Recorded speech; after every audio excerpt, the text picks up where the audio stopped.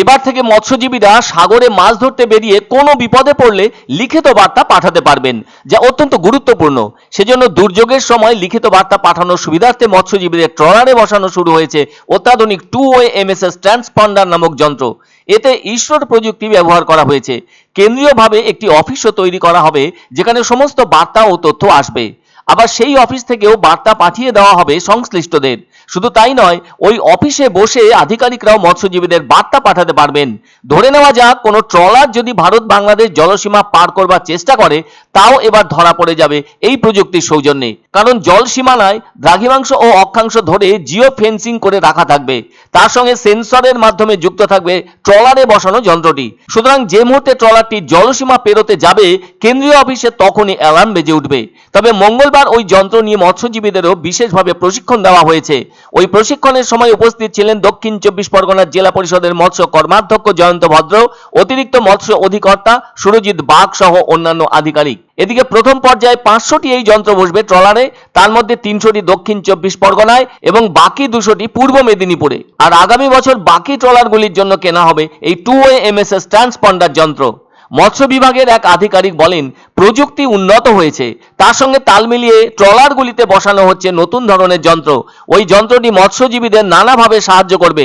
নামখানা, কাকদ্বীপ, পাথর প্রতিমা সহ বিভিন্ন মৎস্য বন্দরের ট্রলারে এই অত্যাধুনিক প্রযুক্তির টু ওয়ে এমএসএস ট্রান্সপন্ডার যন্ত্রটি বসানোর কাজ শুরু হয়েছে। এই যন্ত্রটি কিন্তু মোবাইল অ্যাপ্লিকেশনের মাধ্যমেও কাজ করবে। তাছাড়া বর্তমানে বাংলাদেশের নতুন সরকারের আমলে যে অস্থির অবস্থা রয়েছে, তাতে করে কোনো ভারতীয় মৎস্যজীবী ট্রলার ওই দেশের জলসীমায় চলে গেলে তাকে ফিরিয়ে আনতে কোনো অদ্ভুত সমস্যা দেখা দিতে পারে বলেই মনে করছেন অনেকে। একটি কমিউনিকেশন স্যাটেলাইটের ট্রান্সপন্ডার হলো আন্তঃসংযুক্ত ইউনিটগুলির সিরিজ, যা গ্রহণকারী এবং প্রেরণকারী অ্যান্টেনার মধ্যে একটি যোগাযোগ চ্যানেল তৈরি করে থাকে। আসলে একটি ট্রান্সপন্ডার সাধারণত গঠিত হয় একটি ইনপুট ব্যান্ড সীমাবদ্ধ ডিভাইস, একটি ইনপুট কম শব্দ পরিবর্ধক, যা আর্থ স্টেশন থেকে প্রাপ্ত সংকেতগুলিকে প্রশস্ত করবার জন্য ডিজাইন করা হয়েছে। একটি ফ্রিকোয়েন্সি অনুবাদক প্রাপ্ত সংকেতের ফ্রিকোয়েন্সিকে প্রেরিত সংকেতের জন্য প্রয়োজনীয় ফ্রিকোয়েন্সিতে রূপান্তর করতে ব্যবহৃত হয়। থাকছে একটি আউটপুট ব্যান্ড পাস ফিল্টার, আবার পাওয়ার পরিবর্ধকও হতে পারে। বলা দরকার, বেশিরভাগ যোগাযোগ স্যাটেলাইট কক্ষপথে রেডিও রিলে স্টেশন এবং কয়েক ডজন ট্রান্সপন্ডার বহন করে।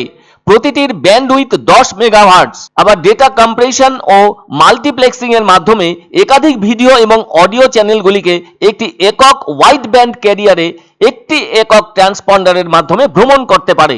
যাই হোক, এখন থেকে টু ওয়ে এমএসএস ট্রান্সপন্ডার মৎস্যজীবীদের ট্রলার থেকে বিপদ বার্তাও পাঠাতে সক্ষম হবে, যা মৎস্যজীবীদের পক্ষে অনেক বেশি সহায়ক হবে বলেই মনে করছেন মৎস্য আধিকারিকেরা।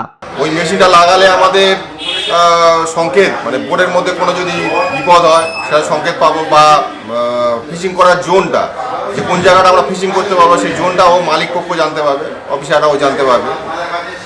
ওই যন্ত্রটার মধ্যে দিয়ে দিলে মনে হয় আমাদের খুব ভালো হবে, যে আমাদের বোটগুলো অ্যাকচুয়ালি কোথায় ফিশিং করছে বা কী অবস্থায় আছে আমরা জানতে